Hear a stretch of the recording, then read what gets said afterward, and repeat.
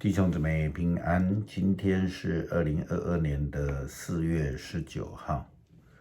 今天的经文是诗篇118篇第1到第2节，14到24节，士师记第4章17到23节，第5章24到31节，启示录第12章1到12节。今天要跟大家分享的主题是妇女的服事。很多人喜欢批评圣经的记载，说圣经的观点太过重视于或是说太过于男性化了。的确，在圣经的记载里面，女性的记载并不是非常平衡的一个分量。但是我们也不能因此就否定女性在圣经中的地位。圣经中有许多重要的事情都与女性的服事非常的有关系。不但如此，在圣经中以母性来形容上帝。圣经说，如同母亲安慰她的儿子，我也要安慰你们，你们会在耶路撒冷得着安慰。这是以赛亚书第66章13节所记载的。从旧约就时常记载女性的服事。我们看到第一位女先知是摩西的姐姐米利暗，她不但是先知，根据圣经的记载，她还是历史当中第一位的敬拜赞美的领导者。进入迦南地之后，就有一位非常重要的关键外邦女性拉合，也有女士师底波拉。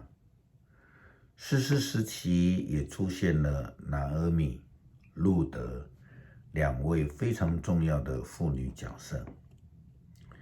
以斯帖呢，则是以色列人历史当中重要的一个民族救星。我们同时也看到摩西的妈妈约基别和撒母耳的妈妈哈拿，同样在圣经的教育上成为一个非常重要的典范。新约中也有撒罗米、女先知亚拿、百基拉、菲比、耶稣的妈妈玛利亚、抹大拉的玛利亚，有伯大尼的玛利亚、吕迪亚、有尼基、多加以及以利沙伯等。圣经中记载的分量虽然不是很多，但是在整个上帝的拯救历史当中，妇女服事却是扮演了非常重要而且关键的角色。这个才是我们需要去注意、特别学习的。我们看到那3位总是跟随着耶稣的妇女们，他们在复活的清晨呢，所做的预备是非常重要的，因为他们预备了自己，或是我们应该说，他们预备自己的重要性胜过他们所预备要给耶稣的物品。因此他们成了第一个群体见证主耶稣基督复活的人们。他们不但最早见证了主复活的人，更是将复活的福音去广传的人们。明天我们还会在这个方面更多的琢磨。今天在士师记的记载当中，也记载了一位看起来没什么地位，他的身份就好像这个邻家的欧巴桑一样，但是她却是非常重要的一个妇女的角色，特别是在当时候面对敌人的时候。记载当中，雅意只不过是个某人的太太，但她却在女士师底波拉的时期，她所带领的以色列军队与西西拉的这个战争当中，扮演了非常重要的角色。西西拉战败逃亡他试图躲藏在这一位名不见经传、不太起眼的这个人物当中，他们的家庭的背后，但是却没有想到雅意的热情接待，大大的降低了西西拉的警觉性。因而这一位以色列的敌对将军西西拉就在睡梦当中失去了警觉，就丧失了他的生命。如同我们目前所在关心的这个乌克兰的战争一样，那侵略者俄军的这个指挥官被杀害，或是战舰被击沉，都是令人振奋的事情一样。因为看起来这个受侵略者就一步一步的将侵略者给逐出去，有这样的可能性。虽然我们不赞成暴力，不喜欢看到杀人的事件，但是如同这样的情况，我们还是需要看到的什么全民皆兵呢？侵略者这个敌人节节败退呀。我们在新闻当中也看到了许多乌克兰的妇女们，为了自己的国家、自己的认同，他们从军，成为在这一场抵抗恶势力的战争当中，成为一个非常重要的力量。他们的重要性不亚于雅意的作为。雅意的作为让同样是女性的士师底波拉也很受感动，并且她作诗来祝福她。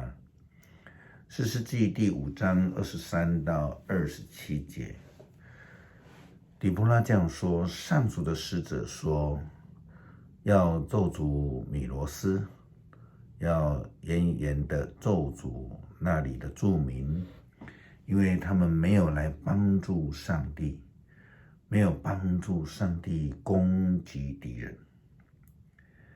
基尼人西柏的太太雅意，比所有的妇女要值得赞美，比住在家里的妇人要更值得赞美。西西拉来跟他要水，雅意给他牛奶，用贵重的盘装了起司给他。雅意的手拿着簪子，右手拿着工人的锤子，他敲打西西拉，打碎他的头，凿穿了他的须边，在他的脚前，西西拉就倒下去了。他躺直的，在他的脚前，他倒下去了，不会再动了。西西拉在那里倒下去了，他死去了。雅意成了以色列人历史当中非常重要的一位上帝拯救的记号。启示录中提到女人与利龙的记载，利龙指的是撒旦，女人指的是上帝的拯救一个重要的同工。如同创世纪的经文也这样说，主上帝对蛇说，你既然做这个事情，在一切的牲畜跟野地的走兽，你特别要受到咒诅，你要用肚子行走，一辈子吃土。我要让你与妇人结冤，你的后代和他的后代也结冤。他要伤你的头，你要伤他的脚后跟。这是创世纪第3章14到15节的记载。在生活上，在信仰上，在传福音上，在服事上，我们都需要感谢上帝，并且感谢这些，并学习他们这些妇女的服事。